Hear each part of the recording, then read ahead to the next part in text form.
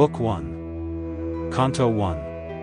Narrad. While there he dwelt in greenwood shade, the trembling hermits sought his aid, and bade him with his sword and bow destroy the fiends who worked them woe, to come like Indra strong and brave, a guardian god to help and save. And Rama's falchion left its trace deep cut on Surpanakha's face, a hideous giantess who came burning for him with lawless flame. Their sisters' cries the giants heard, and vengeance in each bosom stirred, the monster of the triple head. And Dushan to the contest sped. But they and myriad fiends beside beneath the might of Rama died. When Raven, dreaded warrior, knew the slaughter of his giant crew, Raven, the king, whose name of fear earth, hell, and heaven all shook to hear, he bade the fiend Maricha aid the vengeful plot his fury laid. In vain the wise Maricha tried to turn him from his course aside, not Raven's self, he said, might hope with Rama and his strength to cope. Impelled by fate and blind with rage he came to Rama's hermitage. There, by Maricha's magic art, he wiled the princely youths apart, the vulture slew, and bore away the wife of Rama as his prey. The son of Raghu came and found Jatayu slain upon the ground. He rushed within his leafy cot, he sought his wife, but found her not. Then the hero's senses failed, in mad despair he wept and wailed. Upon the pile that bird he laid, and still in quest of Sita strayed. A hideous giant then he saw, Kabanda named, a shape of awe. The monstrous fiend he smote and slew, and in the flame the body threw, when straight from out the funeral flame in lovely form Kabanda came, and bade him seek in his distress a wise and holy hermitas. By counsel of this saintly dame to Pampa's pleasant flood he came, and there the steadfast friendship won of Hanuman the wind god's son. Counseled by him he told his grief to great Sugriva, Vanner chief, who, knowing all the tale, before the sacred flame alliance swore. Sugriva to his newfound friend told his own story to the end, his hate of Bali for the wrong and insult he had borne so long. And Rama lent a willing ear and promised to allay his fear. Sugriva warned him of the might of Bali, matchless in the fight, and, credence for his tale to gain, showed the huge fiend by Bali slain. The prostrate course of mountain size seemed nothing in the hero's eyes, he lightly kicked it, as it lay, and cast it 20 leagues away. To prove his might his arrows through 7 palms in line, uninjured, flew. He cleft a mighty hill apart, and down to hell he hurled his dart.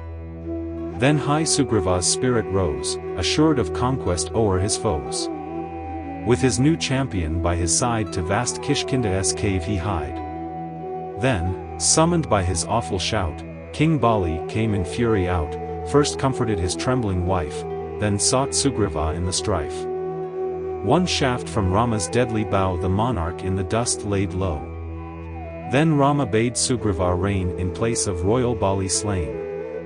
Then speedy envoys hurried forth eastward and westward, south and north, commanded by the grateful king tidings of Rama's spouse to bring. Then by Sampati's counsel led, brave Hanuman, who mocked at dread, sprang at one wild tremendous leap 200 leagues across the deep.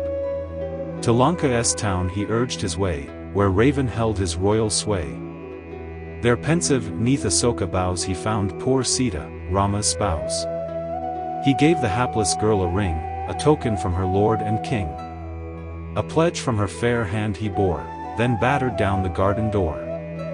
5 captains of the host he slew, 7 sons of counselors o'erthrew, crushed youthful Uksha on the field, then to his captors chose to yield. Soon from their bonds his limbs were free, but honoring the high decree which Brahma had pronounced of yore, he calmly all their insults bore. The town he burnt with hostile flame, and spoke again with Rama's dame, then swiftly back to Rama flew with tidings of the interview. Then with Sugriva for his guide, came Rama to the ocean side. He smote the sea with shafts as bright as sunbeams in their summer height, and quick appeared the river's king obedient to the summoning. A bridge was thrown by Nala o'er the narrow sea from shore to shore. They crossed to Lanka's golden town, where Rama's hand smote Raven down. Vibhishan there was left to reign over his brother's wide domain. To meet her husband Sita came, but Rama, stung with ire and shame, with bitter words his wife addressed before the crowd that round her pressed. But Sita, touched with noble ire, gave her fair body to the fire. Then straight the god of wind appeared, and words from heaven her honor cleared. And Rama clasped his wife again, uninjured, pure from spot and stain, obedient to the Lord of fire and the high mandate of his sire. Led by the Lord who rules the sky, the gods and heavenly saints drew nigh, and honored him with worthy meed, rejoicing in each glorious deed. His task achieved, his foe removed, he triumphed, by the gods approved. By grace of heaven he raised to life the chieftain slain in mortal strife, then in the magic chariot through the clouds to Nandagrama flew.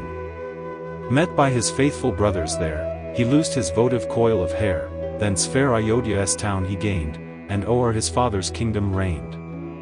Disease or famine ne'er oppressed his happy people, richly blessed with all the joys of ample wealth, of sweet content and perfect health.